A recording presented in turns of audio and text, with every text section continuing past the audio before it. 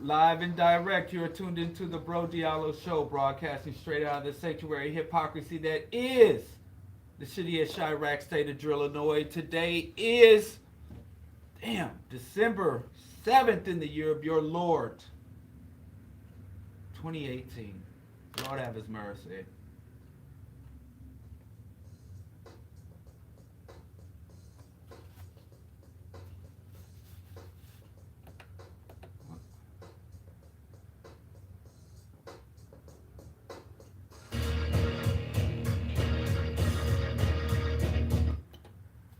Greetings, everybody. This is Bro Diallo, broadcasting straight out of the sanctuary hypocrisy that is the city of Chirac, state of Illinois.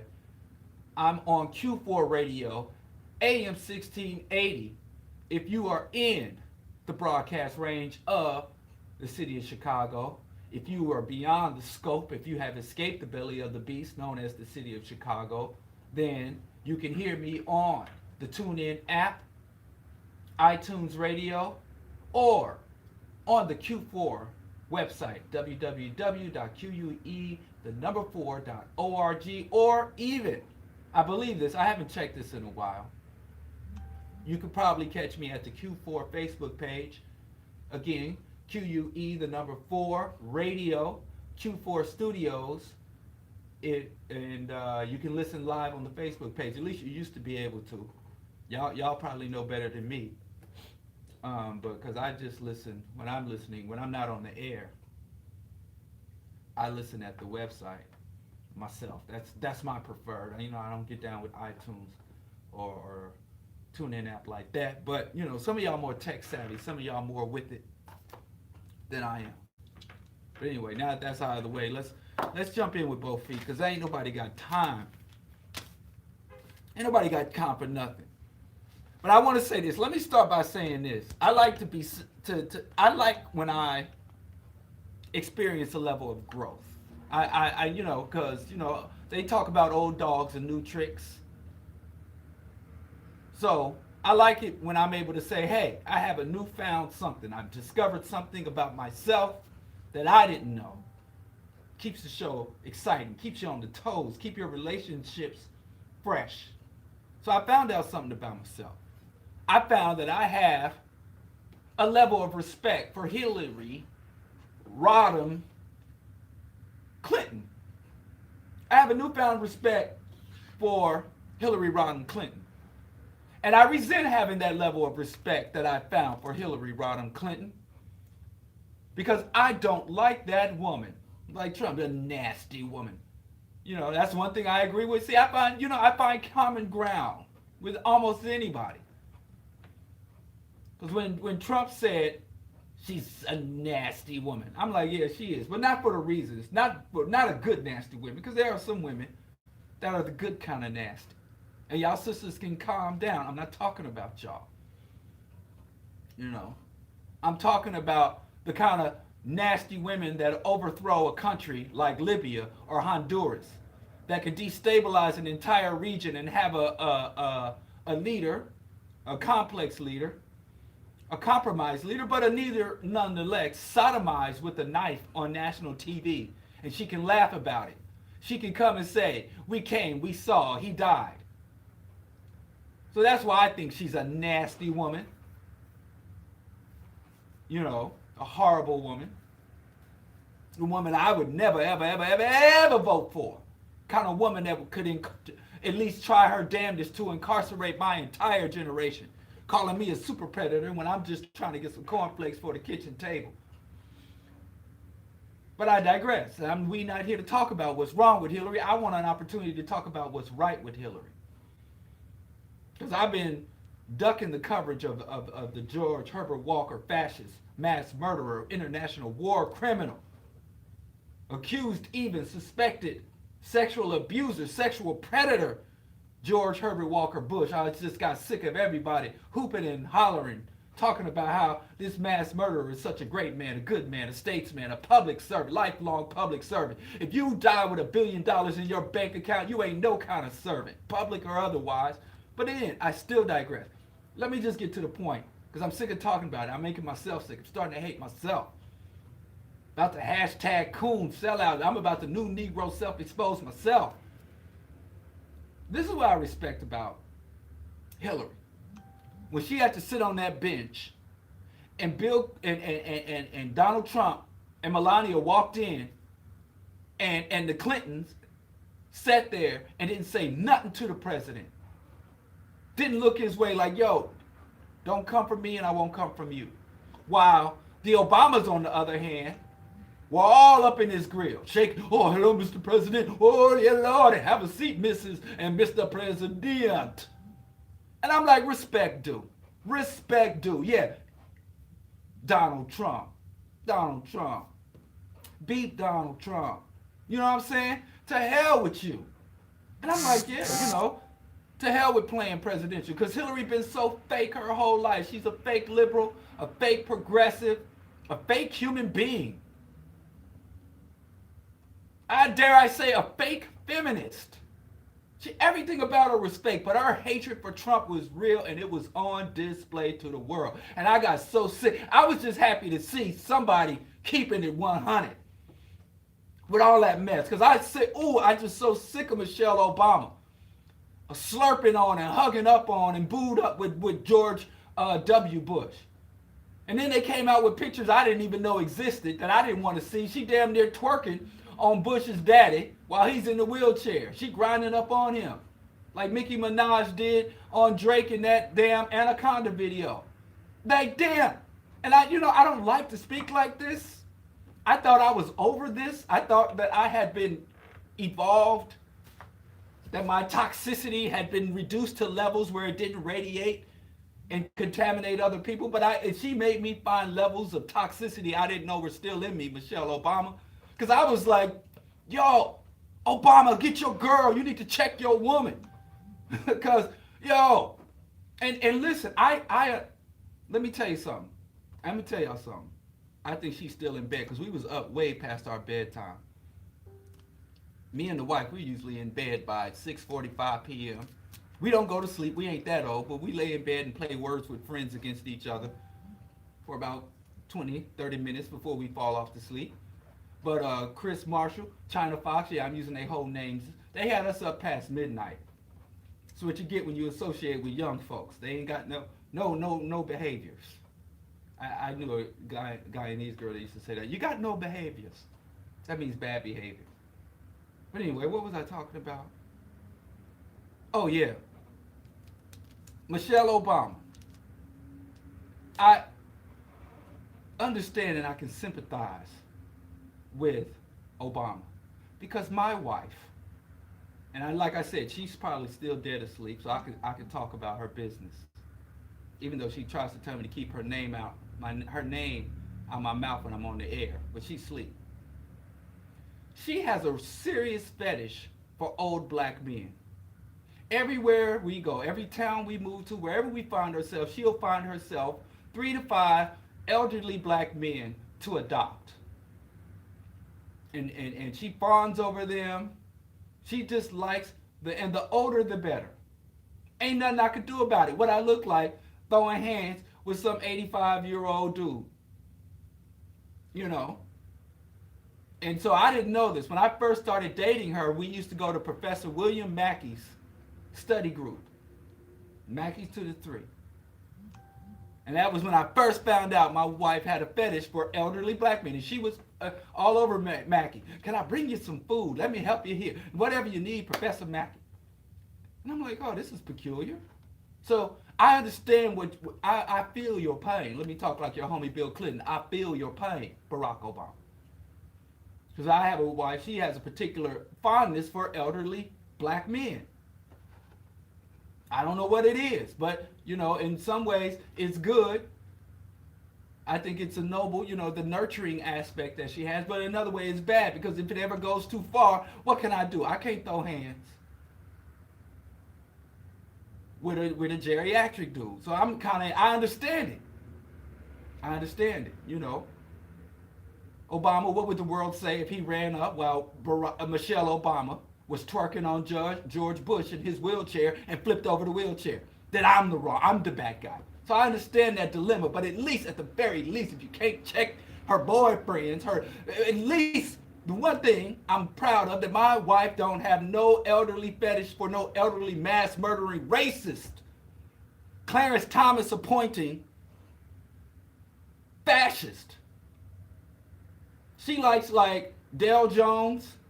She fawned over Dale Jones, Professor William Mackey, all them old heads in the National Black United Front, old activist dudes, old civil rights era brothers, the old marchers. She has a standard. Her standards for her old man fetish is a bit higher than Michelle.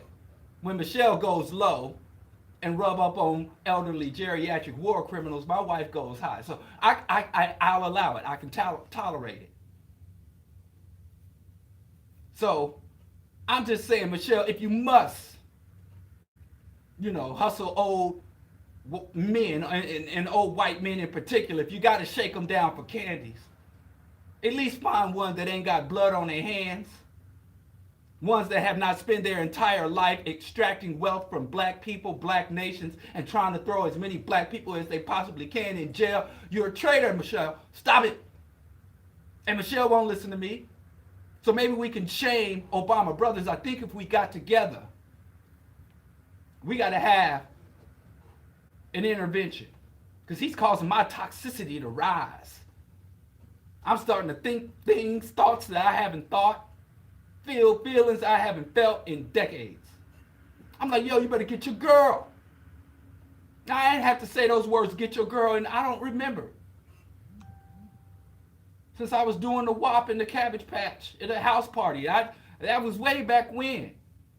But I mean, enough is enough now. That's enough now. Y'all done just gave the Obamas too much leeway. It's time to snatch her wig. It's time to pull his coattail. It's enough. Now y'all done shamed us. Y'all neglected us for 8 years in office. Y'all didn't, I ain't even gonna go down to go review the Bro Diallo website. DialloKenyatta.com is live and direct. It's back up. It's live again. I'm gonna be updating it. New things coming. So if you want to know my criticisms of Obama administration and the post-Obama administration, the pre-Obama administration, you can find it all there at the Bro Diallo archives, Patreon too, Diallo Kenyatta. But this is our limit. Where do we draw the line for the Obamas? And there's plenty of elderly men who are not mass murderers, who are not New World Order, Bilderberger, central government, global white dominators for Michelle to grind up on, for Michelle to hustle, candy hustle. She ain't got anybody but the Bushes and the Clintons. Anybody but them. I can send Michelle a list of approved elderly white men to shake down for breath mints. Come on now. And I would like to talk to Michelle because I like to believe she's an independent woman, but I'm going to have to do like Farrakhan. Remember when Farrakhan had an issue with Beyonce half naked gyrating on stage? He didn't say nothing to Beyonce. He said, Jay-Z, I talked to Jay-Z and tell him to chickity check her before Allah riggedy wrecks her. And Allah was like, don't put me in this. I ain't got nothing. I ain't trying to go against Beyonce. But I'm just saying, my toxicity is up a little bit because I'm seeing some things I don't like seeing, and I don't know what else to do.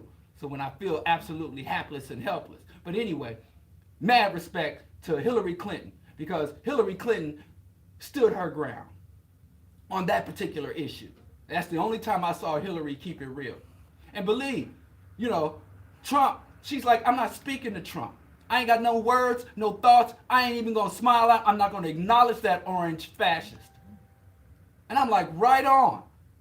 And damn near Obama elbowed Michelle in the throat trying to get over to Melania to shake her hand. You know. And Michelle put Obama in a half Nelson trying to get to shake Trump's hand, like they all, hello, greetings, Madam President Day. I'm like, man, I wish they had done just like the Clintons, like stone face, like what? Wiggity what? Stop. I mean, Tommy, you ain't no more offices to run for. Maybe they Tommy because Michelle want to be a senator, mayor, president. Maybe that's why they have to keep Tommy. Maybe after Michelle does her tenure as president, then they'll bust out as being and do something for us. But I digress. I respect that Hillary. I can even find ground with a bloodthirsty, horrible wretch of a person like Hillary Clinton. There's hope for us all. We are truly human. But yeah, so I got mad respect. And look, and here's another thing. Sexism is real as hell. Sexism is realer than real deal Holyfield. Now, and here's another thing. Like I said, Trump was like, lock her up. Remember during the debate, Trump showed up with a bunch of Bill Clintons after the grab her by the vagina comments, and they told him about him creeping up on underage girls in the Miss America pageant, walking in the Miss America pageant dressing room and looking at the women as they changed. And he's like, I own the pageant, and you don't want me looking at you as you change or in your locker room, then you can get out my pageant. Remember, he was good friends with Jeffrey Epstein and going to his underage traffic girl orgies with Jeffrey Epstein when all that came out, and Hillary was kind of like letting that float out there through her campaign. And so when they had a debate, Bill Clinton has a bunch of women who are to this day, I can never say to this day again. I have to avoid that phrase because every black man has to avoid saying to this day. But Bill Clinton to this day has a lot of white women who are accusing him of Me Too, of fondling them, molesting them, and being sexually inappropriate or aggressive to them. And he brought those women to the debate and set them in the audience to throw off Hillary Clinton. So it's beef. The beef between Hillary and Trump is real. And Hillary is like, I'm not going to fake the funk on this one. But do we remember that Trump not only tried to delegitimize Obama with the birther thing, but he put Obama's entire family in mortal danger? Because treason is an offense that you could get killed for. And there was a whole bunch of Billy Bobs and Hosses out there that were gunning for the entire Obama family because they really believed he was a Kenyan Mau socialist, Muslim, communist plant. So Trump knew he was lying, but Trump rhetoric didn't just insult Obama, but put his entire family in mortal danger. But Obama, like Jesus, turned the other ass cheek, and he got a orange footprint on both his ass cheeks and both his face cheeks. So I would have had, because I can't stand Obama, but I would have had a new level of respect for him if he had been stone-faced Trump the way Michelle did. But here's another thing where, you see sexism in action. When Hillary was stone-faced, the media jumped all over Hillary. How dare she? That was unprofessional. How uncivil. Wow, she didn't even acknowledge the president, and it's time to move on.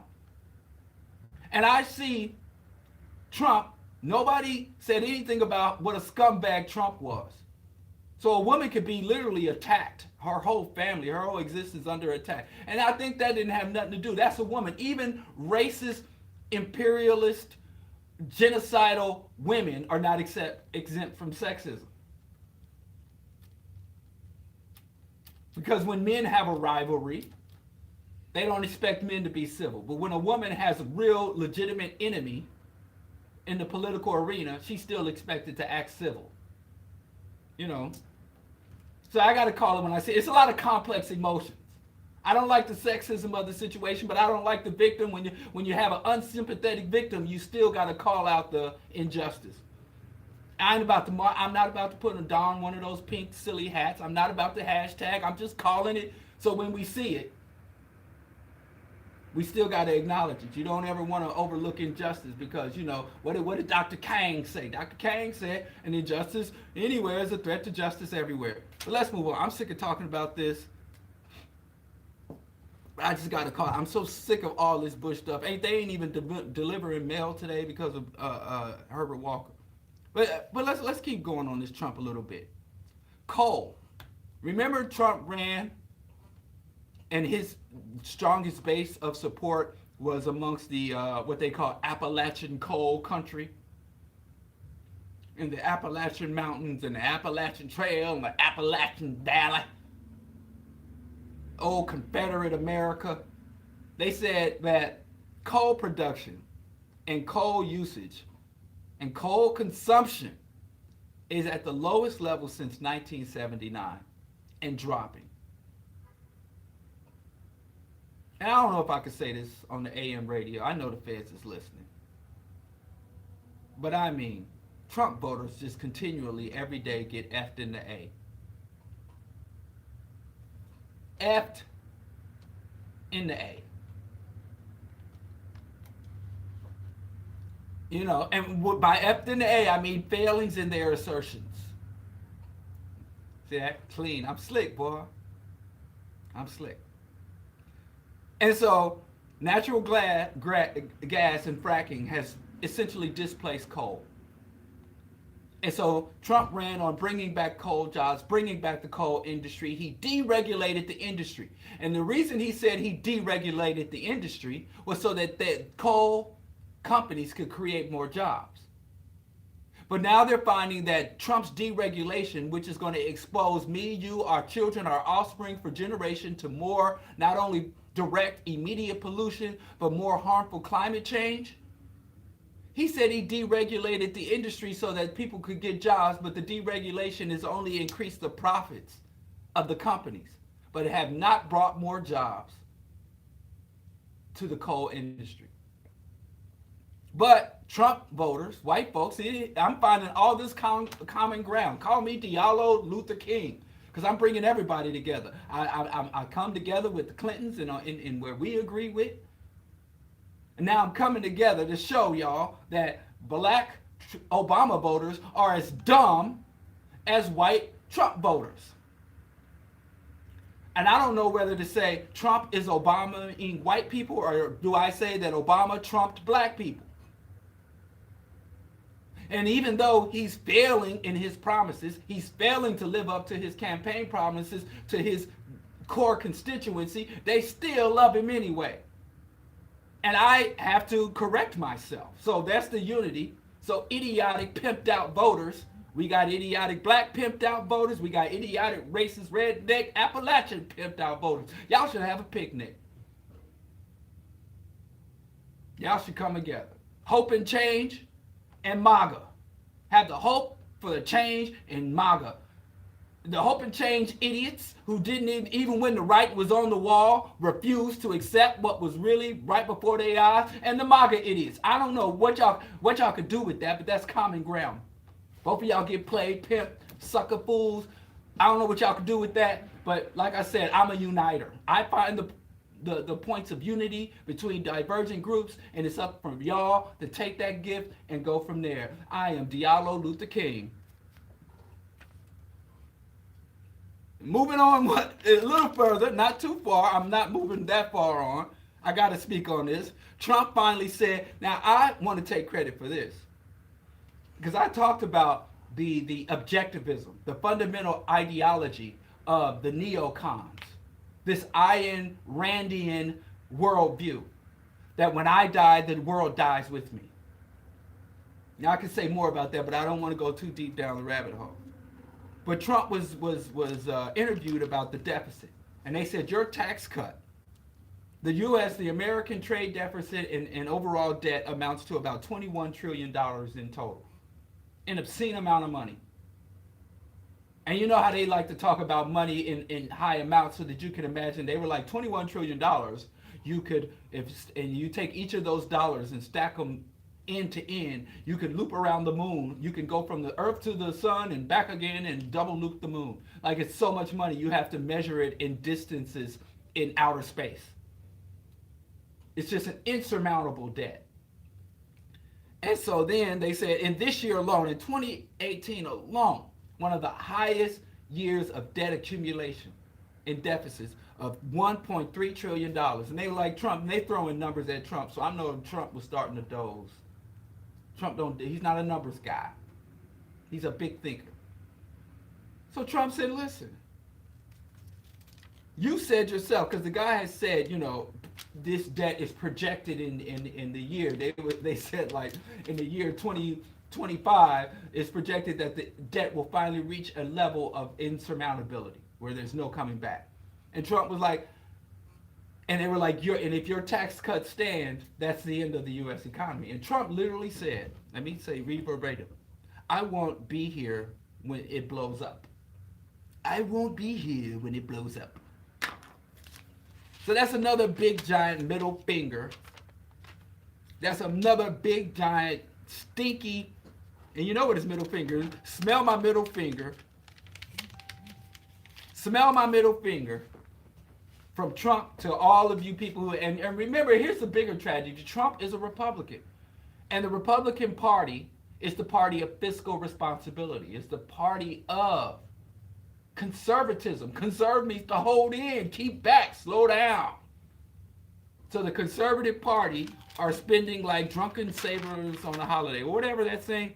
What's that saying? What do you do with a drunken sailor? What's that saying? Like you're spending money like a drunken sailor on deck leave or something like that. I don't know, white folks. I just need to stick to black saying. I have to say something like, man, Trump is like a dollar, like a dollar in a crack den. Money gone. Something like that. I had to stop it, but I'll look up that saying for you. But moving on. I'm just trying to run through the updates. Offset and Cardi B are breaking up.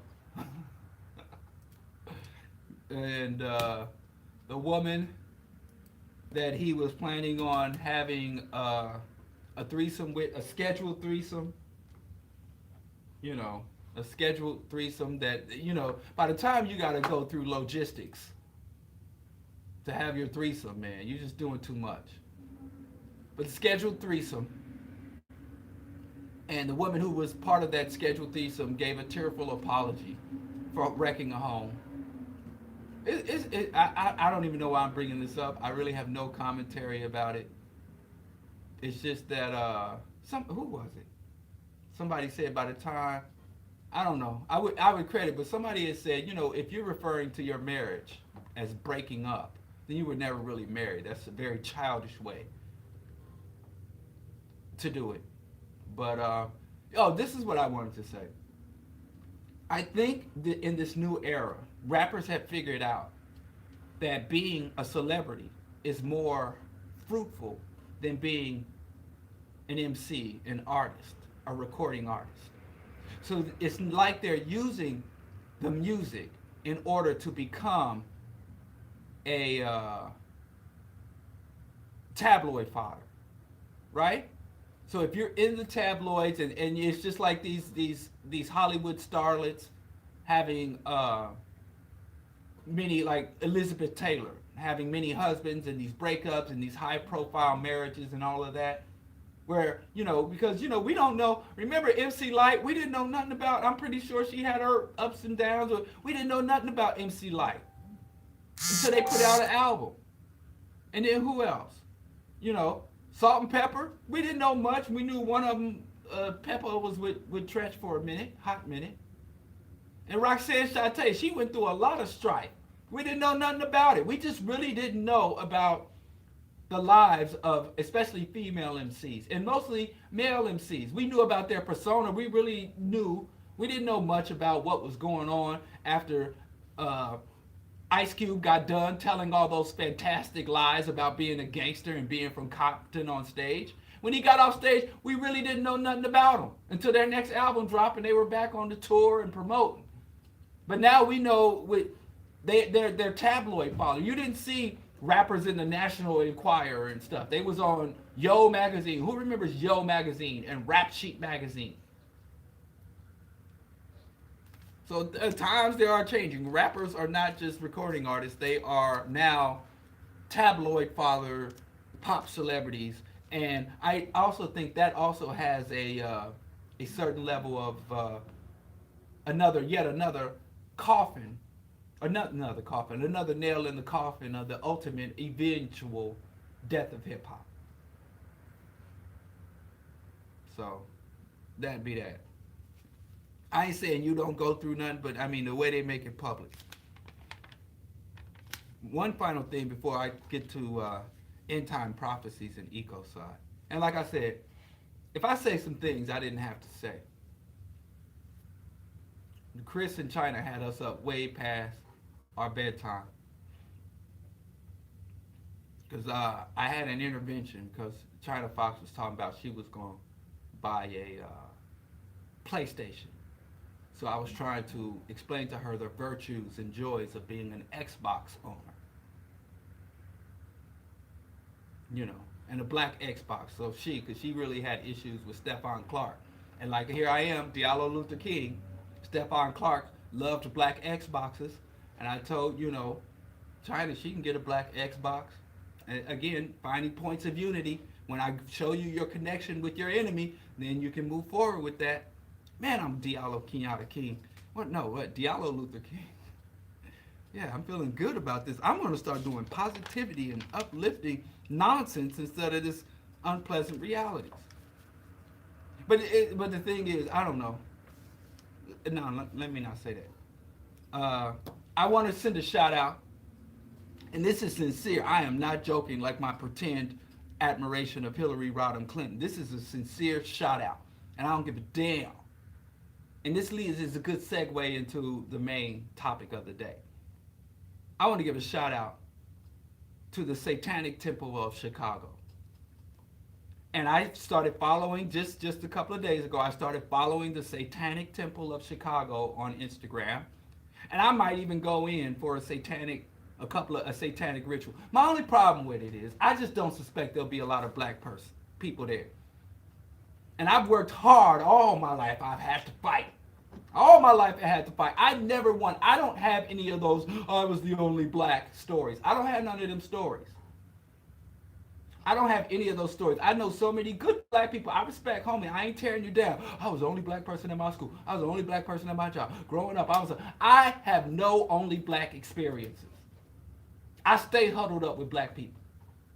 I've been poor all my life, but now that gives me a dignified reason to be poor. Well, I stayed poor so I can never be the only white. So I don't have any of those stories. And if you got those stories, I weep with you again. I'm changing my name to Diallo Luther King because I'm just being so righteous this morning. It feels good to be on the side of light and positivity and unity. Well, I might start, but anyway.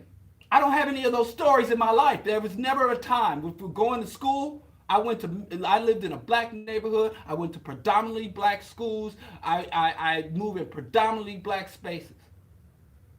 Even when I was a vegan, y'all know there's a very large vegan. I'm eating that soul vegetarian. I'm eating vegan soul food. I didn't even have to go get up under predominantly white folks when I became a vegan. So I do have a few, when I was doing the whole animal rights protesting, I couldn't get no black people to kick it with me on that issue. But that's another story. I have very few microscopic only black stories, and I'm proud of that fact. It has not been easy, believe it or not, because I got certain taste. I got certain preferences. I'm used to the finer things. And the finer things, white people usually keep the finer things in their areas. So it's been an effort. This is a conscious. This ain't a default. I don't. A lot of things that my community is into, I'm not into. I don't like the church. I ain't with Christianity. I don't even like that line dancing and that line step dance, the bus stop, and when my family get together, Soul Train. I ain't with all that. That just ain't me. I don't play 2K. I don't play Madden. I hate those games. So there's a lot of black things that I'm just not into. So for some of y'all maybe that dwell and are able to maintain in black spaces, I have to make an effort of it. So weep for me. But the Satanic Temple of Chicago, I think I'd like to go there because I really appreciate what they've done here, and I'm gonna talk about what they did. But I kind of feel I would be in an only black situation, and I don't want to be in no only black, especially right now. White folks is wilding, y'all. White folks is wilding. So I think I'd like to go, but black people listening to me in Chicago, I'd like to put together a black delegation to make a visit. I think they do Friday night satanic rituals. I'd like to put together a Chicago black delegation to go to the Satanic Temple of Chicago. I'll drive. I'll come get you. We can carpool and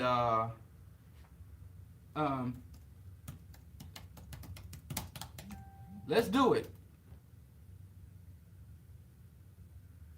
Let's do it. Because I got mad respect for what they did. Now let me tell you what they did. While I want to get a black delegation, I ain't going to walk up in there by myself. And it ain't because I'm scared of Satan. Satan is as real as God. There is no Satan to be afraid of. There is no hell.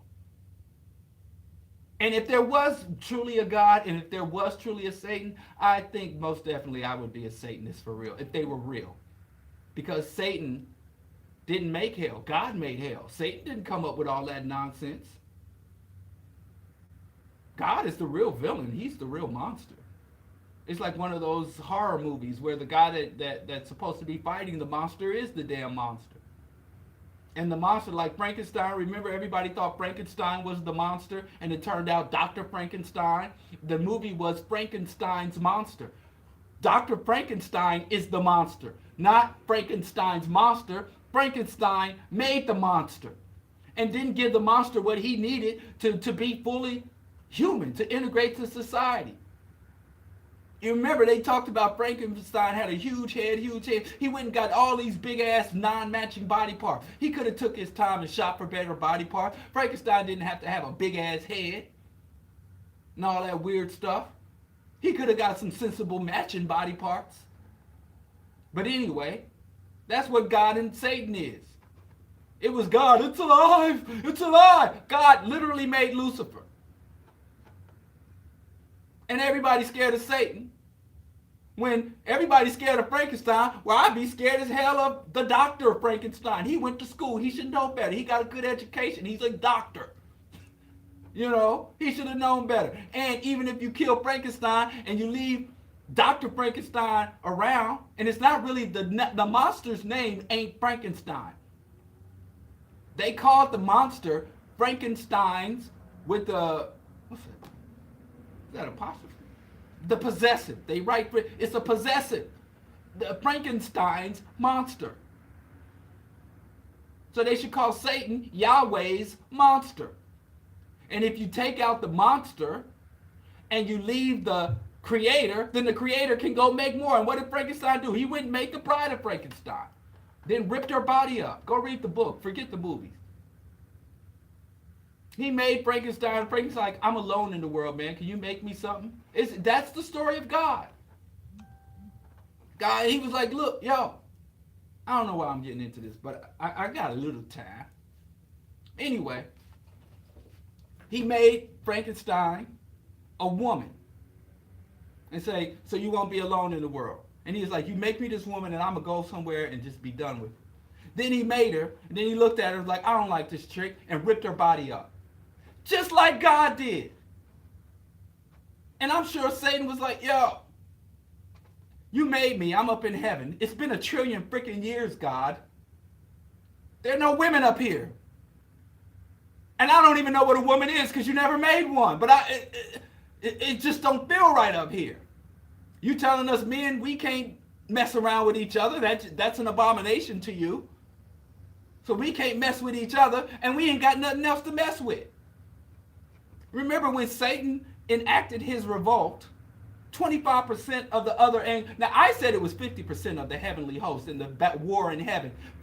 Satan got 50% of the angels to rebel with him. And I said that God must have been a terrible tyrant of a dictator, because there's no revolution in human history where 50% of the population got down with the revolution. Hell, 50% of the population don't even get down with the peaceful, nonviolent integrationist protest, let alone armed rebellion that you have no chance of winning. So people must have been like, hey, Satan went to 50% of the angels and like, yo, let's go at this dude's neck. And they were like, and we can't win.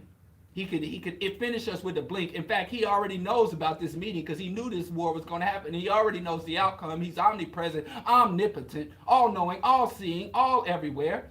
But let's rebel anyway. And dudes was like, hell, I was waiting for somebody to call this. Let's do it. How horrible is heaven going to be for all of you hypocritical, backwards-ass Christians if the people who were made to be in heaven don't even like heaven? But anyway, I literally had people arguing with me and debating me, like trying to have academic debates, pulling out charts and pie charts, talking about it was not 50% of the angels. It was actually only 25% of the angels.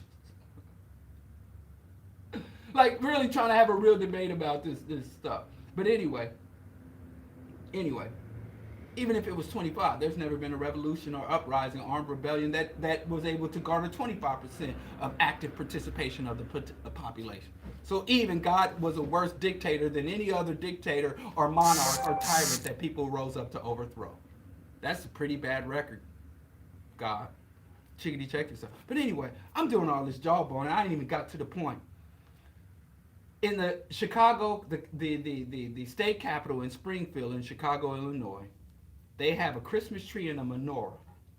And secular groups and atheist groups for years have been saying, we want separation of church and state. You can't put a nativity scene, a Christmas tree, a cross, a menorah, a Star of David, or anything else on government property. Because we want separation of church and state. And so they were like, remove all of that. And the government was like, no, we're not, because basically the law states that that the state cannot favor a religion. So they tried to argue that the church, the state can recognize religion, but it can't favor a religion.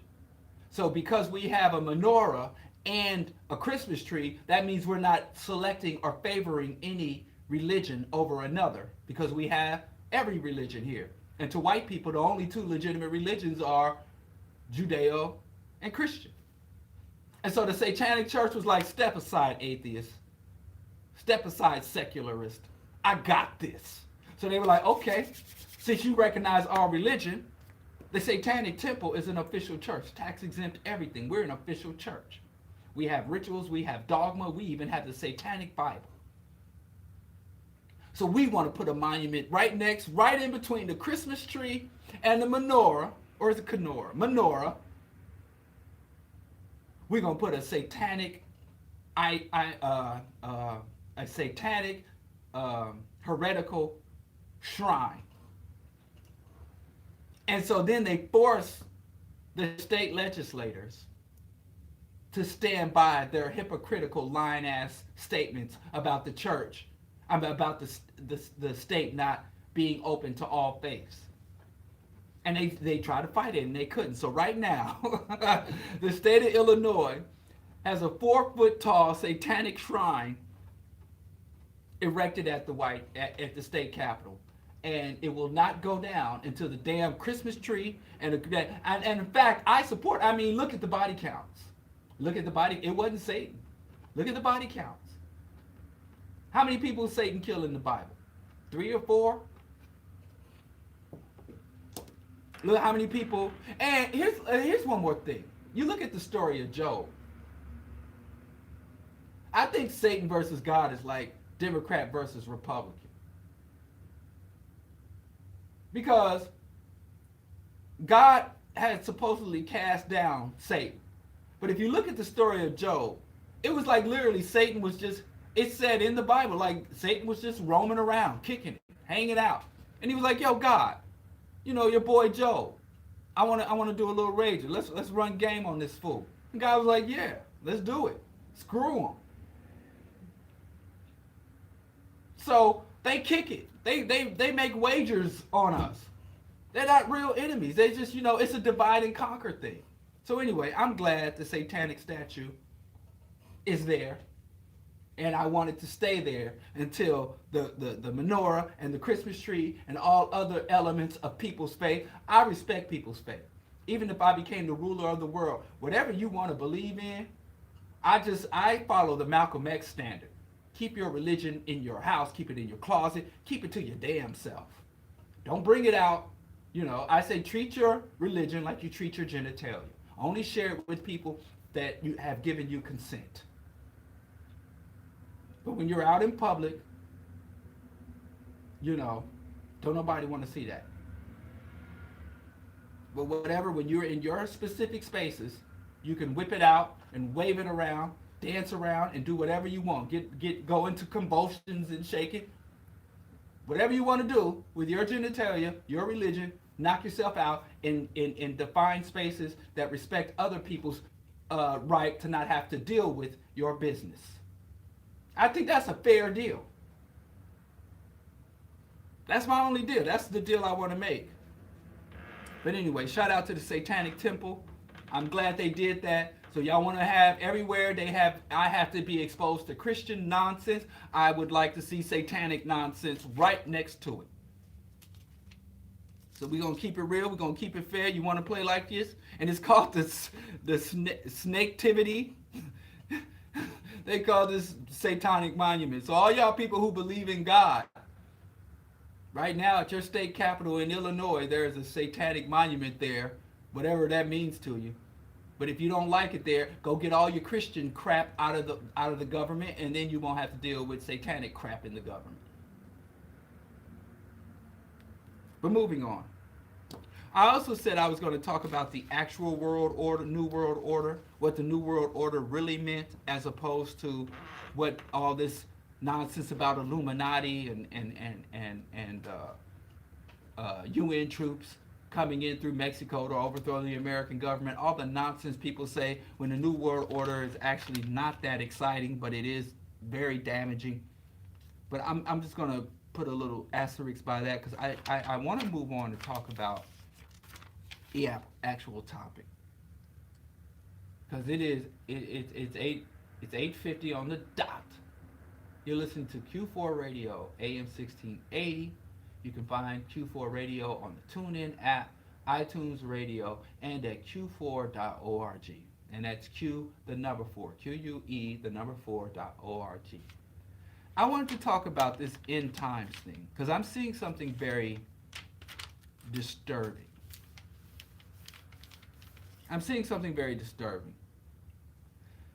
As we are going through the ravages of industrial pollution, global capitalism, and the climate disruption created through global warming, there's a lot of anus holes out there who are profiting off of human suffering and disrupting by attributing prophetic and supernatural causes to these scientifically explainable phenomena. So right now in Florida, and let me tell you something about religion. There's only two ways to get people into religion. There's only two ways people become religious. Number one, if they've been indoctrinated from childhood. And that's the vast majority of people. They are indoctrinated from childhood to believe Jesus Christ is my Lord and Savior, or to believe that we have a special covenant with God and Moses is the lawbringer and we are God's chosen people, or to believe that there's no God but Allah and the Prophet Muhammad is. Most people get that hammered into their bodies. They're christening infants. Whether you dunk a baby, sprinkle a baby, they got children in these Quranic schools, in vacation Bible school. So they indoctrinate you when you're in the most vulnerable and impressionable stage of life, which I think is horrible. But again, like I said, if old folks, if grown folks want to walk around with their genitals out in their homes in front of their children, some nudist type families, what could I say? That's their custom.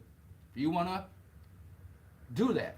Some families are modest, some families are more not modest.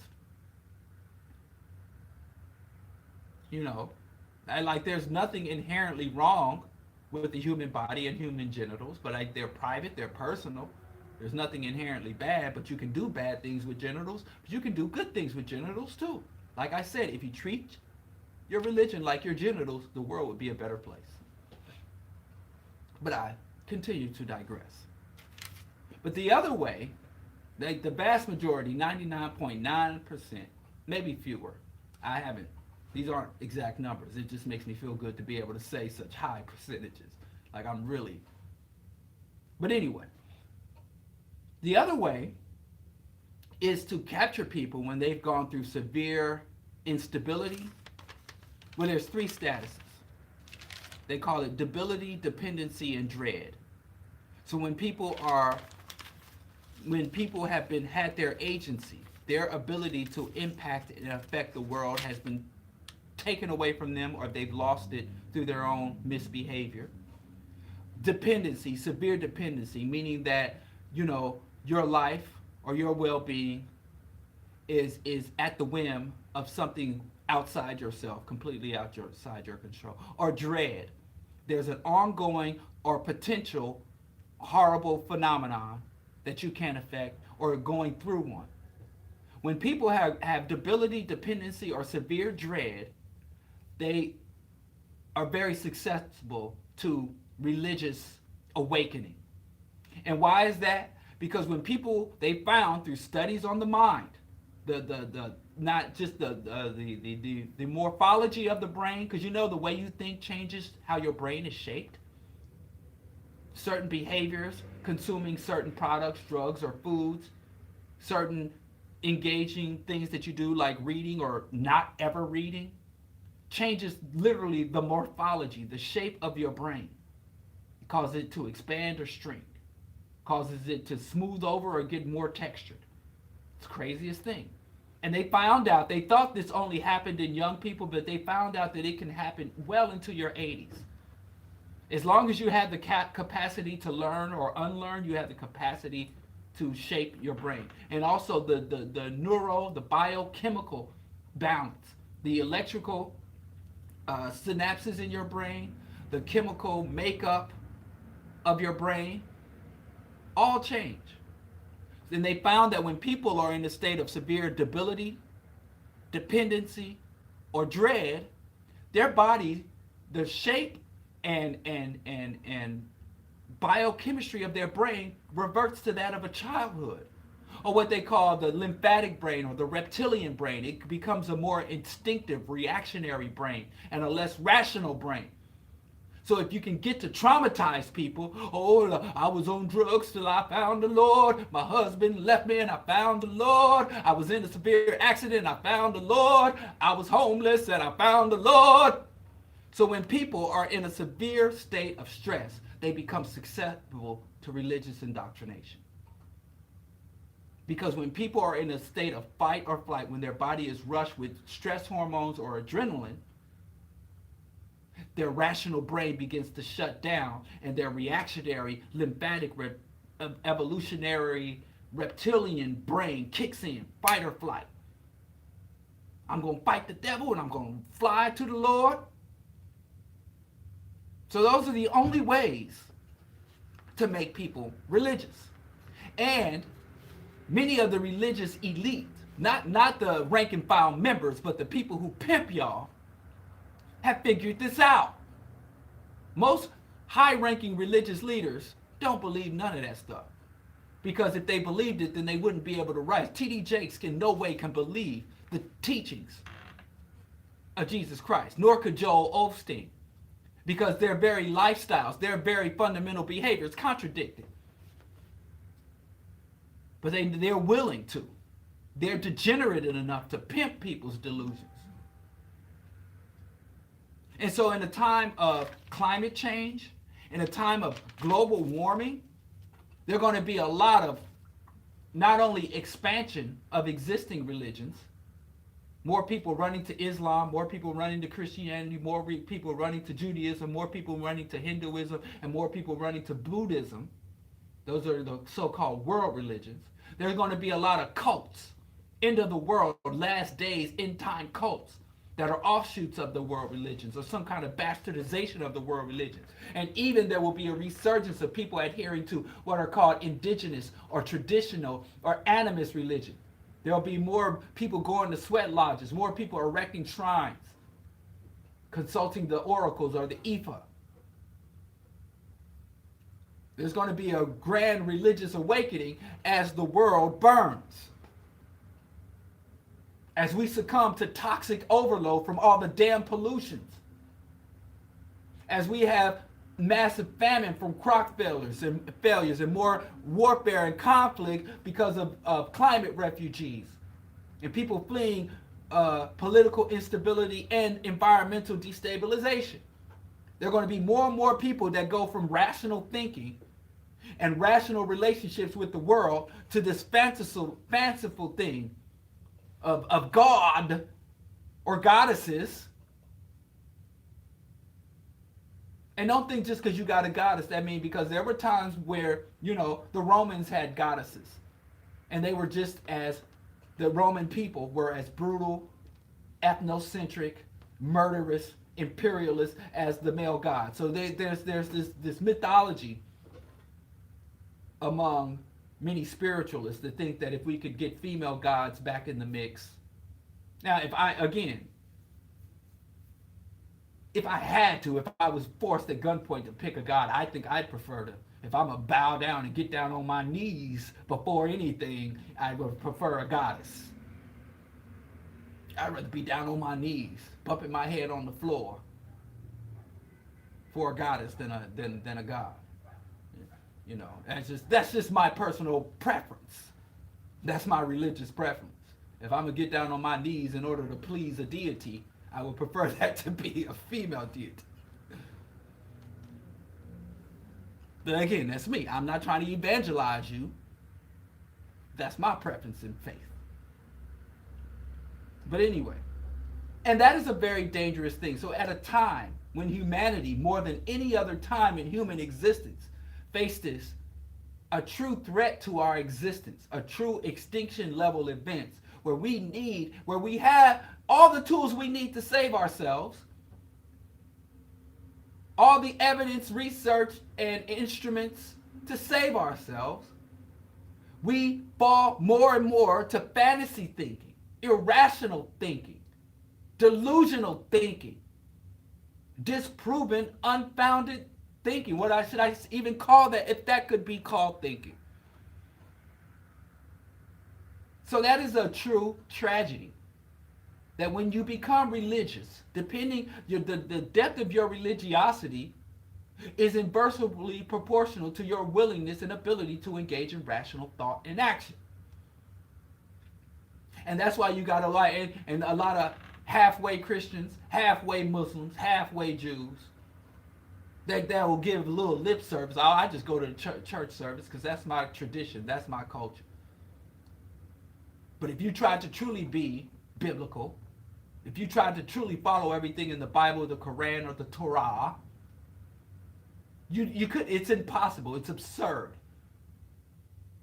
I mean, you'd have to be like a nomadic goat herder, a monastic hermit living in a desert somewhere, because there's too many damn rules.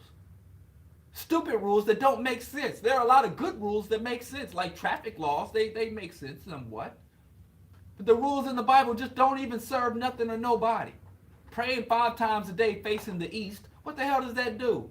Besides show that, but anyway, I digress. Here's another tragedy. So I would say, if you have people that you care about, and as the climate change reaches us, and it starts to greater impact our lives, and people are like, oh, this is what the Bible says about the last days. There will be wars and rumors of wars. There will be sexual deviance everywhere, sexual deviation. The gays are getting married. Oh, Lord, God's going to blow up the whole planet because gay people get married. If you got relatives that believe that stuff, at least make yourself the voice of reason in the family. Explain to them that there have always been wars and rumors of war. Explain to them what the hell tectonic plates are when there are earthquakes. Explain to them and show them a diagram of the earth and its molten core, and explain to them tectonic plates and volcanoes. Explain to them carbon emissions, global warming, and polar ice caps melt. Explain to them the scientific process that are bringing about these horrific last days end time prophecies. And explain to them, if God did not destroy the world when the Greeks was running things, that this is not the first time in humanity where homosexuality was widely practiced and openly practiced and not as taboo. Say, humanity ebbs and flows. We go from, Sodom and Gomorrah to gay pride parades. Humans have always had this history. Explain to them, show them the timeline. There's a book called The Secret Museum. It's an interesting read. And it's about the history of pornography. Tell them that pornography did not start with the internet. People been freaky deaky and all that long before the internet. And all these people with these crazy hairstyles and tattoos, explain, be the voice of reason in your inner and outer circle, within your community, within your family. Give the rational explanation for this. Tell them these are not signs of the apocalypse. These are not evidence that Jesus is coming back, that Allah, that Vishnu. Explain to them. It's the best you can do. I call this de-evangelizing. The evangelical religions that give the mandate that you must spread the gospel far and wide, that you must live the gospel and teach the gospel, preach the gospel, and spread the gospel. And I say we must live the God dispel the myth of God, because it ain't just about wasting your Sunday mornings. It ain't just about throwing away 10% of your pre-tax income to some dirty pimp preacher. It's now this religious delusion that humanity is under is a threat to our capacity to live on the planet. We got to fight it if we want to live. And not only did the humans' proclivity to delude ourselves to retard our intellectual development through engaging in religious delusions. And I know this is hard for some of y'all. I see people jumping off. They think a lightning bolt's about to come through this window. They think the spirit. I've been trying to get together a group to go visit the Satanic Temple, and now I'm just saying all these haram, blasphemous, treasonous things. But I mean, hey, somebody got to say it. Somebody. So the young people that are offspring, my grandchildren, when they're on this planet, this dead, sinking, dying planet, where they can't grow food because the soil is so contaminated, they can't drink water because the water is so polluted, they're going to at least know there was one dude that was willing to call it out, even if it made me unpopular. And ain't that what your Jesus did? Ain't that what your Allah did? Spoke the truth in a time where truth could get you in trouble. Spoke unpopular truth. I swear to you, I've never met a Christ-like Christian in my life. But I digress. Because y'all don't do nothing that Jesus did and claim y'all live for Jesus. And y'all don't follow his example in any way. His fictional or real world examples. So, I'm going to tell the truth. And next week we can go back to talking about white folks. How bad white folks is and racism, how bad the police are. But y'all got to hear this, man. I think religious people have been getting a pass for so long. And there's this myth, religion makes people moral. Religious people are pious. We got way too much damn evidence to say religious drives people to some of the most obscene, destructive, anti-human behaviors. And then all the other religious people, even if you're not engaged in those obscene, anti-human behaviors, it causes you to create the apparatus and the infrastructure and give legitimacy to this anti-human, anti-nature infrastructure. And as I said, not only will the catastrophes that that are coming down, that are here today and more to come down the line, going to cause more people to be religious, that's one tragedy. But a bigger tragedy is humankind's religious belief is what's causing the end of the world, the end times. Belief in God and following religious dogma is a self-fulfilling end time prophecy. The belief that the world would end has driven humanity to cause the world to end. The belief that humanity is doomed, eventually sinful and corrupt and doomed, the belief in that drives that. And why do I say that? Let's just talk about the religions that I'm talking about, because some of y'all, I don't have to piss off all of y'all. I'm talking about number one, the Abrahamic religions. The Jewish religion that teaches about the battle of Gog and Magog, the end times. Christian religion, we all know about the horsemen of the apocalypse, the rapture, end time, final judgment. Same thing in Islam. Then you have the Eastern religion, which is Hindu, Catholic, descends and ends the, what do they call it, the Kali Yuga. And then you got Buddhists, the teachings. And Buddha was so damn egocentric. Buddha said, you'll know the world is about to end because people will forget my teachings. Arrogant jerk. And don't think that you're somehow better, more enlightened because you run to Buddhism. Buddhism supports the most wretched caste system.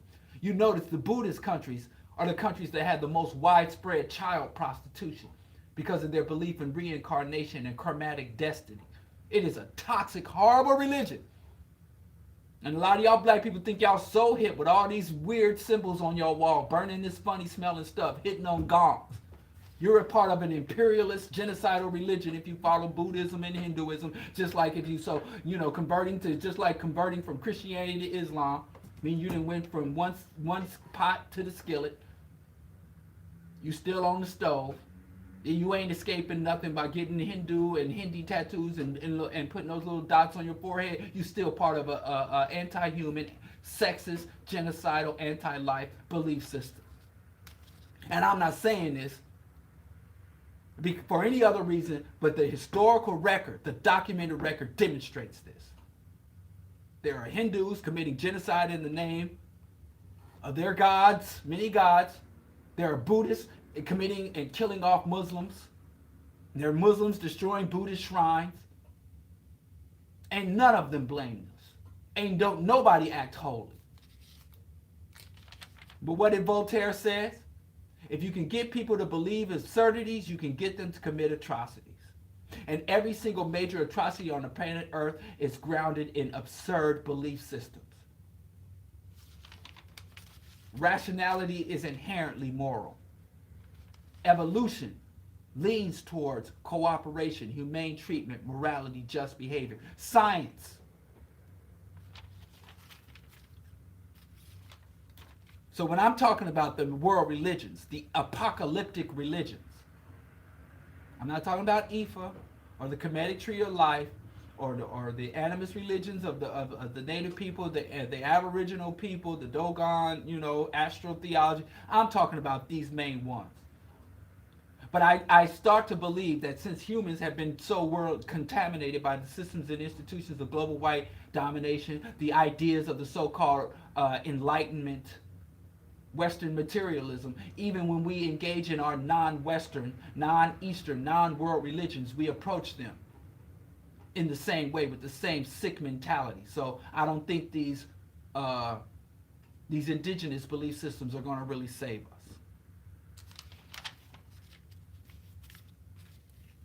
But I assert that the belief in the apocalypse has driven humanity to create what I call an artificial apocalypse, where there is no natural, there is no spiritual or supernatural apocalypse. But because of our adherence to wretched, backwards thinking and forms of behavior, we are creating an apocalypse. We are engaged in a self-fulfilled prophecy. If you believe, a lot of times when people believe that there is no hope for the future, they begin to destroy any opportunities or chance of having a future. They say that's one of the worst things you can do to a young people, beyond denying them education, denying them adequate housing and shelter. The worst thing you can do to a developing mind is remove any hope that sparkle, any chance that they see for a viable future. And the young people who don't see a chance for a viable future tend, even if they're wealthy, even if they go to the best schools, when young people say, hey, there's no chance for a viable future, they begin to act in ways to subvert any chance for a viable future. And so when people believe that the body is just a vessel, that I'm going on to glory, this planet is just a way station to heaven, when people start to act like that, believe that, they start to act that way. And those actions cause the planet to be degraded, cause people to degrade their very bodies, cause people to think that they can eat worm-infested toxic food, pork and beef, and excretions from animals, blood and urine and milk from an animal, and consume it. But if I pray over it, it's okay. So toxic or irrational beliefs lead to toxic or irrational behaviors. And what are some of the toxic, irrational beliefs and behaviors that I'm talking about that come out of these world religions, the Abrahamic religions? Number one, the worst thing these religions did was distortion and devaluation of life and nature. By calling your body, it's just a vessel. By believing that you can live on this earth for 80 years, maybe 100 years, but you're going to go on to heaven and live forever. If that's true, then why give any great value to these few years? If I really believed that I could live to be 85 years old, even if I lived to be 125 years old, even if they had technology to help humans to live to be 250 years old, that is a blink of an eye in the trillion infinite amount of years I'm going to live in heaven. So why would I put any stake on the quality of life? Why wouldn't I just live a life that devalues my own health and devalues everybody else? If I look at you and I'm like, you're nothing but a vessel, you're a repository, or you're a vessel or a casement of the soul, that's not anything that affirms human life, that values human life. And that's why you look at the Protestant Reformation, the Catholic Reformation, the various wars. When you go to Saudi Arabia, the Arabic theocracy, and they're decapitating people, they're cutting off people's hands for stealing a loaf of bread.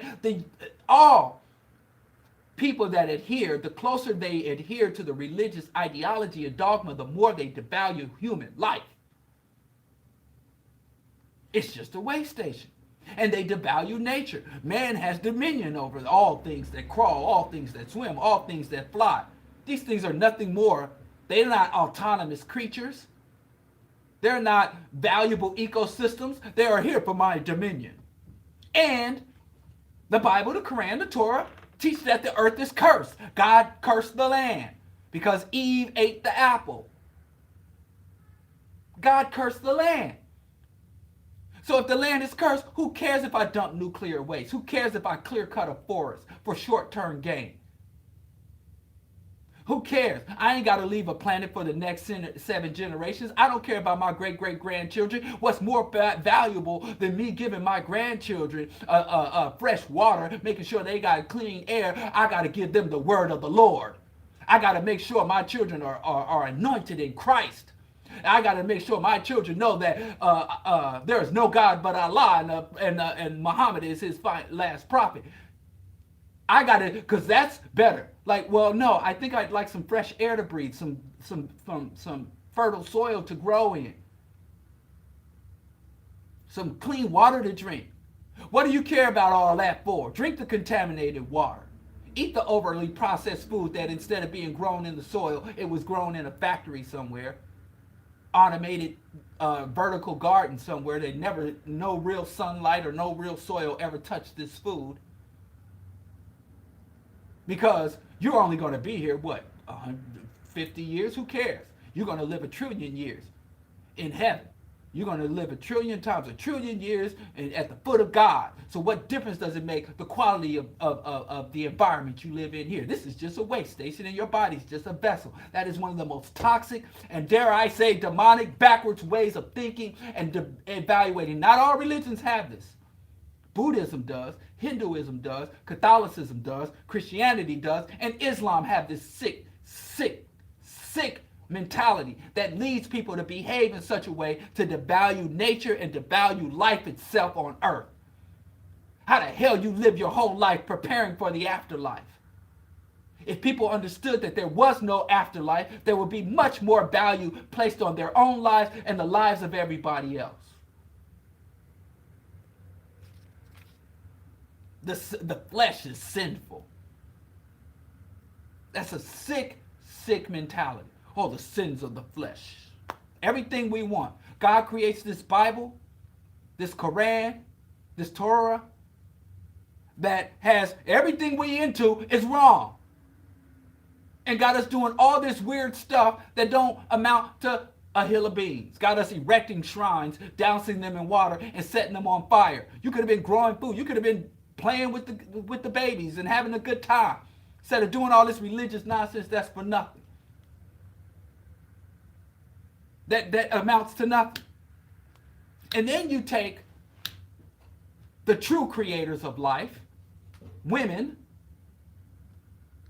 and you remove from them, you turn child rearing, you turn fertility and birth into something that should be venerated, into a curse. The pain of childbirth is the curse of Eve for seducing Adam to take the apple. That ain't just the Christians, that's the Jews and the Muslims believe that mess. That sexist, anti-woman, anti-life. These religions all teach that man is apart from nature and above women. And that is a formula for you to psychologically, through rituals, through beliefs, through teachings, to say that man is apart from nature and above women. That is a suicidal philosophy.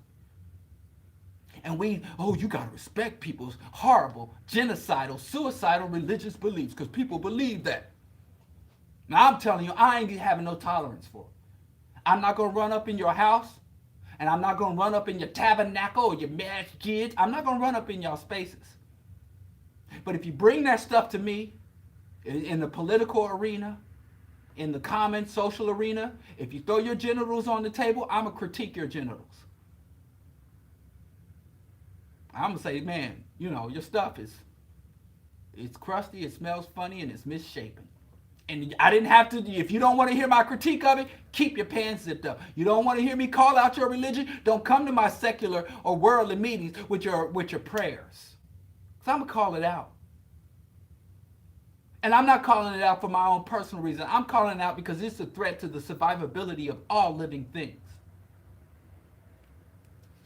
And another issue that I know, especially black people, it's hard for people who are under campaign of genocide to talk issues about birth control and abortion. I understand that. But it's got to be said.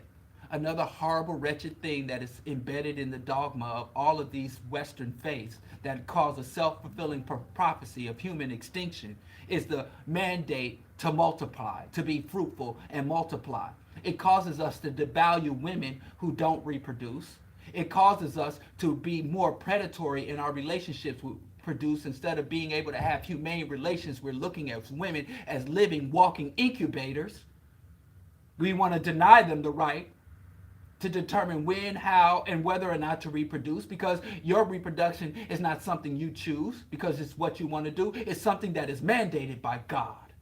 And it's easy for the man to enforce the mandate because it only takes us, some of us, 3 to 4 minutes, according to some of these ladies. Some of us, it might take us a good 20, 30, 40 minutes, a couple of hours to reproduce. But for a man, it can take anywhere between 5 minutes to 5 hours to fulfill our reproductive duties, and it's over. And we can reproduce fulfill our reproductive duties with they say, some guys have put this to the test, but they speculate the average man can have up to a dozen or more viable ejaculations in the course of 24 hours. That means you can reproduce 24 hours in one day. So of course, when the Bible, when the sexist, anti-woman, misogynistic Bible, Quran, and Torah, those are all misogynistic books, and I don't care, even if women are some of the main adherents to these faiths, they are misogynistic inherently. And you can talk about, oh, Allah don't like women, Yahweh don't like women, and Jesus don't like women. I mean, it's in their books. I didn't write those books. But anyway, so the mandate, a man can reproduce potentially 20, for some dudes seem like they have put that to the test. And if I ever do that, it's strictly for scientific purposes, but I don't think I'll have that opportunity to run. But there's other experiments Anyway, I digress, continue to digress.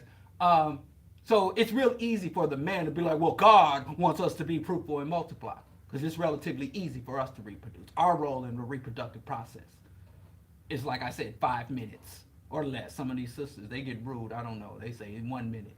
But it takes, on average, 9 months to a great physical strain for the woman to reproduce. So since the risk, the highest level of risk is on the woman, and I don't mean just in terms of her waistline and a few stretch marks. Every time a woman reproduces, she literally, in order to give life, she potentially sacrifices her life, and especially for African women living under global white domination that are sometimes more than 400 times more likely to die in childbirth, maternal mortality, than white women are, for no other reason than they live under white, psychopathic, relentless oppression.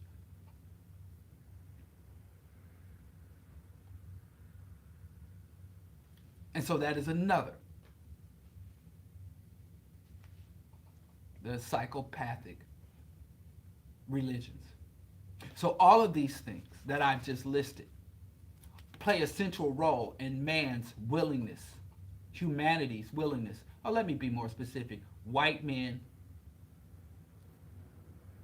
Arab men, Asian men, because Aboriginals, Pacific Islanders, Native Americans, and Africans, by and large, ain't the ones who did this. All of Native American, and that's the Inuits, all the way from the Inuits to the Chilean natives, all of the so-called New World, the Americas, the indigenous African people, the Aboriginal people, the people of the Pacific Islands and regions of Southeast Asia, all of our contributions and participation in the man-made apocalypse was forced. We were forced to participate in it. We didn't volunteer. We didn't make this system. We didn't volunteer in this system. And every single time we tried to escape this system, we were prevented. We try to run away, they break our ankles and our knees. And now when we try to run away from this system, they financially break us instead of physically break us. Like, oh, you don't want to be in this system? Then starve. Then you're going to be a scrub. Your black women are going to make songs about you, about how they don't want no scrub. You know, sleeping on the couch, or your mama's couch, because you won't participate in the economy. And then another thing, they want us to participate in the economy, but they don't want to act us to display the mentality that is required, the psychopathic mentality that is required for men to achieve in this economy. Catch 22. So when I say mankind, I don't mean mankind. I mean white people. Asians. India, China. Y'all got some sick notions. Even Confucianism. It's a secular, it's a non-deist religion or philosophy. But I ain't even talking about Confucianism. Let's stick with Buddhism and Hinduism. The next thing of the self-fulfilling prophecy is that these belief systems inherently breed conflict because of their absolutism.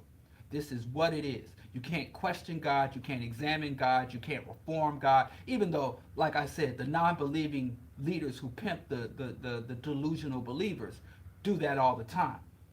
The follower will say, hey, this is the inalienable word of God. This is absolute fact.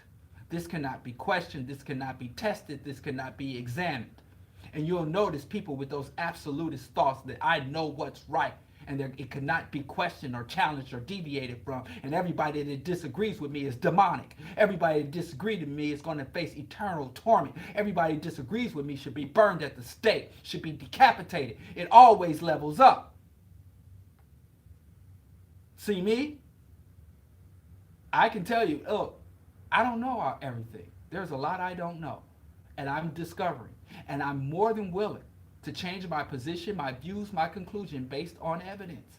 If you can give me a certain level or demonstrate where I'm wrong, I will not only accept the new fact, I will absolutely not be mad at you for contradicting me. I will embrace you and think you did me a service. I will be in your debt. If you give me some insights that help me to change from a wrong conclusion to a correct conclusion, I owe you something. You go to a religious person and say, you're wrong, your religion is absurd, they're going to want to be violent with you or dismiss you. Or some of the good turn the other cheeks, they'll pray for you. So not only do these people believe that they are all-knowing, they know how the world originated, and they know how the world would end, and they know everything in between, and they got that knowledge from illiterate, primitive, superstitious people from way back when. That is a formula for absolute disaster. These all-knowing people have their knowledge based on ignorance and superstition. And also, this system leads to that's called absolutism. This is the unadulterated word. This is the know-all, be-all, because I worship a God. I know God. My God is real. And anybody that challenges this is not somebody who is a critical thinker, but is somebody who is bound to burn for all eternity, that is less human than me, that is less worthy than me, that is not blessed, that is my enemy. All of these religions, every single time, they lead to supremacism. Every time the people who believe in this crap fall into supremacism. And you will find in places where Jews are in power, Muslims and Christians are persecuted, and everybody else. In places where Muslims are in power, Christians and Jews are persecuted, and everybody else. In places where Christians are in power, Jews and Muslims are persecuted, along with everybody else.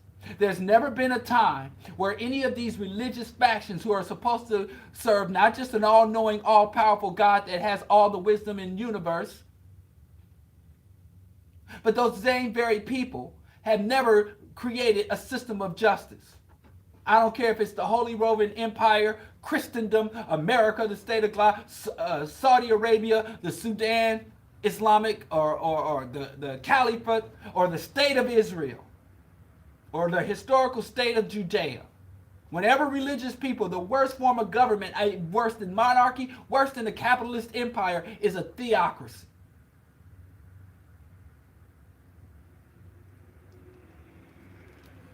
And then you have this notion and all this of judgment. And this whole thing that everything you do is judged. God sees everything you do. The very concept of ultimate divine judgment leads to external regulation instead of internal regulation. When you tell people there is no judge, it's just you, man. You got to carry that. You can't say you did this in the name of God, and if you do this, you can't say God will forgive you. It's all on you. That leads to internal accountability, internal regulation. But you literally have people that, if God wasn't watching me, I'd be out here killing people, stealing, raping kids, but God has stopped me from engaging in. If a fictional fantasy, that's like telling somebody, if somebody came and told you, if it wasn't for Batman, I'd be a villain. I'd be like the Joker. I'd be out here burning things down, killing and raping and pillaging. But I know Batman will get me if I do it. You get away from that person because you, number one, know Batman isn't real. And you know the moment this person figures out that Batman ain't real, they going to be a problem. So people that saying God, Allah, Yahweh, Vishnu, the Buddha's teachings are what regulates me. You can't look across at another human being, another living sentient creature, and say, I know this thing don't want to be harmed. I know they have a central nervous system just like me. They can feel pain, stress. I know they have needs and desires and want to live and experience and engage the world just like me. So just based on this other living creature, this other sentient being's agency, their right to exist, I'm not going to harm them. If I can help them, I'll help them, and I'm going to do everything I can to avoid to harm them because of I value them. No, because God, who ain't even here. Like Harris once said, people have more respect for a holy book than they do for a cow on a meat hook. It's backwards. So the more people tend to value God, and the more people tend to fear God's judgment, the more they tend to behave in irrational ways. And when you culminate all of these, this toxic backward belief system, this dogma, and then you couple that with man's capacity to make tools. Why wouldn't I make a nuclear bomb? The world's going to die in flames anyway. Why wouldn't I pollute the waterways and the environment? The world is just a waste station. Why wouldn't I make toxic processed food and sell it to the population for a profit? The body is just a vessel. And even if people die, even if I'm expediting people's death, that just means I'm sending them on to glory faster. And besides, if you pray over the food, that's going to bless it. And that hurricane that hit the Carolinas a couple of months ago, they had people that stood on the seashore to pray the hurricane away. And I mean, I could see if I was a primitive goat herder that didn't even know that microscopic creatures existed, that had never seen, don't even know what the hell the scientific method is. I couldn't read, never even seen a piece of paper, let alone a written word. I could see when the hurricane comes, and the best I could figure to do is to stand at the shore and say, oh, mighty deity, stop the winds. But in 2018, and we got the capacity to burn the world up with nuclear bombs, and we got the belief that that is the God's ultimate agenda is to burn the world up, that's a terrible combination. And I think every responsible person, every righteous person, every intelligent person should be working hard to purge humanity of religious delusion, religious dogma, and religious belief system. I don't think that anyone has a right to respect anyone else's religious views. What have any religion done to earn my respect? You got to respect people's beliefs. No, I don't have to respect people's beliefs. At anything, I am obligated to evaluate individual beliefs, and then based on a rational conclusion about their beliefs, I can then determine whether that belief is respectable or absurd. So if someone comes to me, and they could be talking religious values, and so if someone comes to me and say, I believe mankind, all men should treat each other, all women and other men as brothers and sisters. I think that we should behave in a civil, humane way towards each other. I'd be like, absolutely. I respect that belief. But if then they tack on there, because God told me to do it, then I'll be like, oh, because I know God isn't real. And if your motivation isn't grounded in anything real, it's very easy to warp, change, or reverse that motivation. The same God that told people to give away all your riches to the poor. The same God that said it's easier for a camel to walk through an eye of a needle to enter the gates of heaven is the same God that's overseeing prosperity ministry. Because since it's not based in anything real, you can change it, or the leaders can change it. The same God that told Elijah Muhammad that the white man is the devil is the exact same God that got Farrakhan worshiping L. Ron Hubbard and Scientology and got Muslims going to get what they call it, audited or whatever when they hook those electrodes up to you in Scientology. And what's the consequences? Nothing. Because it's all made up. So I don't trust people, even if you have good, because a lot of people, well, my religion helps me to be a good person. Yes, but you're still a very active potential threat because your goodness is based in nothing real. My righteousness is based in history, research, rational conclusions. My value of people is not based in non-people. My value of people is based on my knowledge of and my interactions with other people. I'm good to people because I value people. I'm not good to people because I'm trying to avoid some divine sanction, some ultimate punishment after I'm dead. So even if you have good values based in non-material, non-concrete, and fictional, made-up nonsense, you are still a threat. Even your goodness is transient. Even in the Bible, they talk about building a house on shifting sands. And then what's more shifting sands than the belief in an almighty, all-knowing, omnipresent deity? Omnipotent, omnipresent, omnipotent.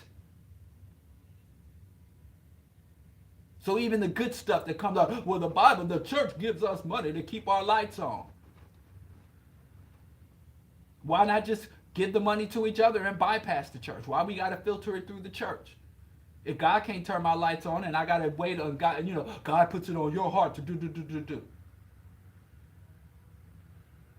And I think now more than ever, we need an open, unapologetic challenge to all religious dogma, to all religious belief systems. And we're doing it for no other reason than we seek to preserve the life-sustaining capacity of the planet Earth. People, it's been shown, people who believe that there will be an apocalypse begin to engage in behaviors that will create an apocalypse. Just like every other toxic belief system. If you believe women are all whores, they begin to interact with all women as though they are whores. People who believe black people are criminals and black people are inferior subspecies of human begin to interact with black people that are a subspecies of humans. If you believe something, it tends to impact our actions, even if there is no concrete evidence of what we believe.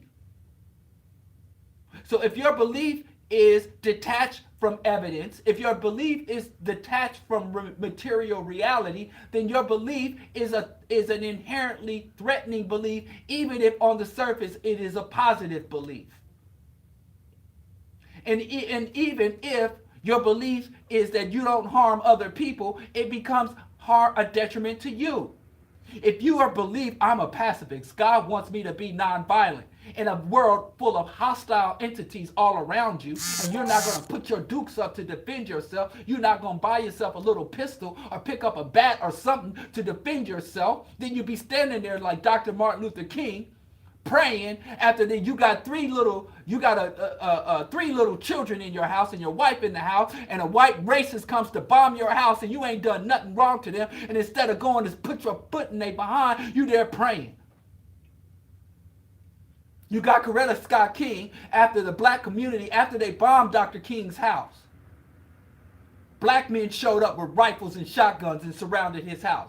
And Coretta Scott King walked in, it's like, I don't want these men around my house. The Lord will put an aura of protection around my house. And fine, you can sacrifice your own damn life, but what about the kids? They ain't got no choice in the matter. So even when your religion doesn't cause you to dehumanize other people, it causes you to circumvent your own logical brain and your own humanity. Yes, I'm not just an atheist, I'm an anti-theist. I mean, religion, you done had a more than 2,000, really a 20,000 plus year run. You done had your turn. And the atrocities committed, put it on the shelf. If you must have a God, if you must have it, follow the Malcolm protocol. Put your religion on the shelf. Leave it at home. Keep it between you and your deity. I mean, I'm ready to we need a new reformation. We need a secular reformation. Because it plays a role. You notice who are the number one funders of the religious right? The capitalists, the polluters, the weapons industry. They tend to be conservative and support the religious right. Because it goes, if you can keep people in a delusional state, you can do anything. The Voltaire said, which was very, very astute, if I can get you to believe absurdities, I can get you to commit atrocities. And if you don't like what I said, pray on it. I.e., do nothing but further dilute yourself. Don't come to my face. I said what I said. And I stand by what I said. And I say, and I have to do like Dale Jones taught me, this is criticism with affection. My mother's a Baptist. My grandma's a Baptist. My auntie's a spiritualist. My father's a Muslim. My two older brothers are Muslims. There are a lot. I love religious people. But I hate religion. I need to say that one more time. I love religious people. I hate religion. And I, like Chancellor Williams said, this is not the rantings of wild-eyed militancy.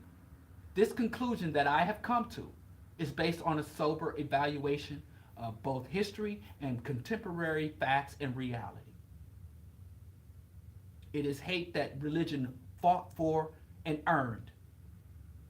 I don't hate religion because I want to go out here and commit sin. I want to fornicate. I want to contort with demons. I don't hate religion because I am an immoral person. Even my own father, who doesn't talk to me, he doesn't, we don't get along that good because, he knows me and Allah can't ride camels together. Or can't hitch camels together. Remember that Color Purple when she was like, oh yeah, they just can't. There was an old saying that when people didn't get along, they would say they can't hitch horses together. Rather obscure reference, but like I said, I'm trying to use more colorful language on the show. We don't get along, but my dad would always say to me when I was younger, I don't know why you don't just be a Muslim. You make such a good Muslim. I didn't drink. I didn't eat swine. I was a strict vegan, and he would always say, you have the disposition of a Muslim. What his view, because there's all kinds of Muslims out there. I wasn't out here, beating women and decapitating fornicators and gays. I wasn't that kind of, but he, in basically my basic demeanor, I kind of lived from his eyes a rather pious lifestyle. A humble, pious lifestyle. And I used to like going around the Muslims because in my neighborhood, growing up in Kansas City, the Muslims in my dad's Muslims community at the masjid, and they used to always eat fish sandwiches. Oh my God, when I think about all the fish sandwiches. Ugh. But I love bean pies. Oh, think about the bean pies, delicious. Anybody out there, send me a link to Bro Diallo if you know a good hookup for bean pies. But I digress. But my dad would always say to me, why can't you be a Muslim? It's like, it wouldn't be that much, you show up to the masjid a few times and bump your head on the floor. Other than that, you already live a Muslim lifestyle. You live, because Islam is peace. He talked that nonsense. Islam is peace, and you're a very peaceful, you that dude. And I told him I can't be a Muslim because I know the history of Islam. And for no other reason. I can't be a Christian because I actually took time to read the damn Bible. And not only did I read the religious dogma of the Bible, I read the secular history of the Bible. So I can't get it. I ain't with that. The same reason I can't be a patriotic American. Because I know the history of America. I know the reality of America. I know the agenda of America. And I know, just like Islam, just like Christianity, America has all this positive rhetoric about democracy and freedom and opportunity. But I know the real. I keeps it real.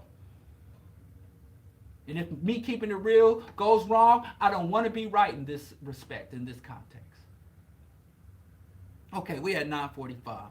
I want to share some music with y'all. I want to share some Skip Coon. I ain't played Skip Coon in a minute, a hot minute, And I love, we still got some conscious, progressive, millennial MCs out here, even if they don't get to play in the airtime they deserve. So I definitely want to play some Skip Coon tunes for y'all before I go off the air. And I'm gonna have to reach out to the brother. I ain't heard from him in a while. See how he doing. Adolfo, tell Skip I said what's up. Give me a call. I ain't heard from him in a minute. You know. And Skip Coon is a Christian. He has accepted Jesus Christ as his Lord and Savior. And he's been trying to convert me to a liberation theology. And I've been trying to convert him to an anti-theist atheism. So we have very, very good conversation. Maybe I'll get him back on the air too. We'll see. But anyway, all that set aside, before I have to go off the air today, but I got to make an announcement. The DialloKenyatta.com is live and direct again and will be updated. Also, Patreon. Actually, I didn't come close to reaching my goals nor my requirements. And basically, when is it? I did the books, I did the numbers, and if I don't start hitting some financial benchmarks, the Bro Diallo show will more than likely be off the air by May. Is it May? Yeah, I think so. I gotta go check the books. But I don't have much time to start. I gotta start hitting these fundraising benchmarks in order to sustain the show and the media empire. I'm trying to be the Black Rupert Murdoch and have a anti-fascist, anti-imperialism, anti-oppression, pan-African secular media empire. That's my vision. I'm trying to grow. But if I ain't growing, then I'm stagnating or regressing.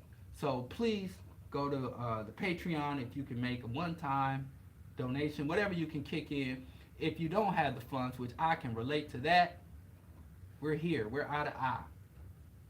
You please go to the YouTube page and subscribe. Please share the YouTube. Please share and bring some attention and traffic to Q4 Radio, to Diallo.com. Subscribe to the YouTube. You know, you can do, there's a lot of, free digital things we can do that don't require us to tax resources, because I know y'all all getting ready for Kwanzaa. So I know money's tight this time of year, but whatever you can do to kick in so that I can sustain the show.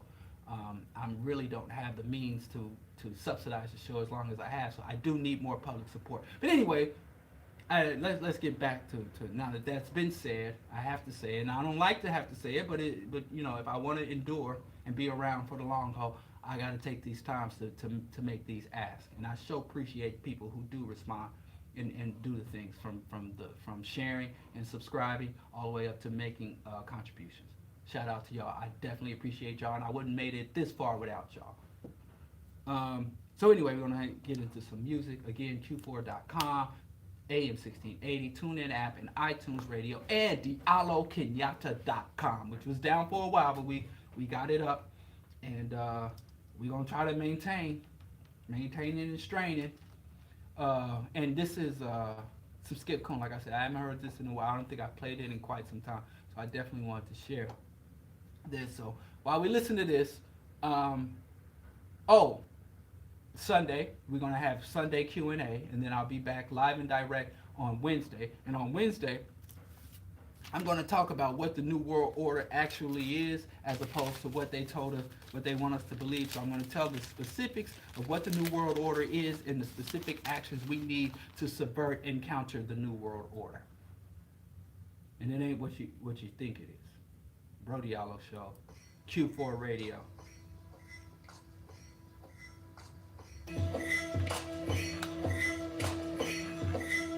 I'm going off the live video feed, but I'm still going to be on the air, so continue to listen at the Q4 website and at TuneIn app and all the other digital outlets. Thanks for tuning in live, and I'll see y'all Sunday night for Q&A with Bro Diallo.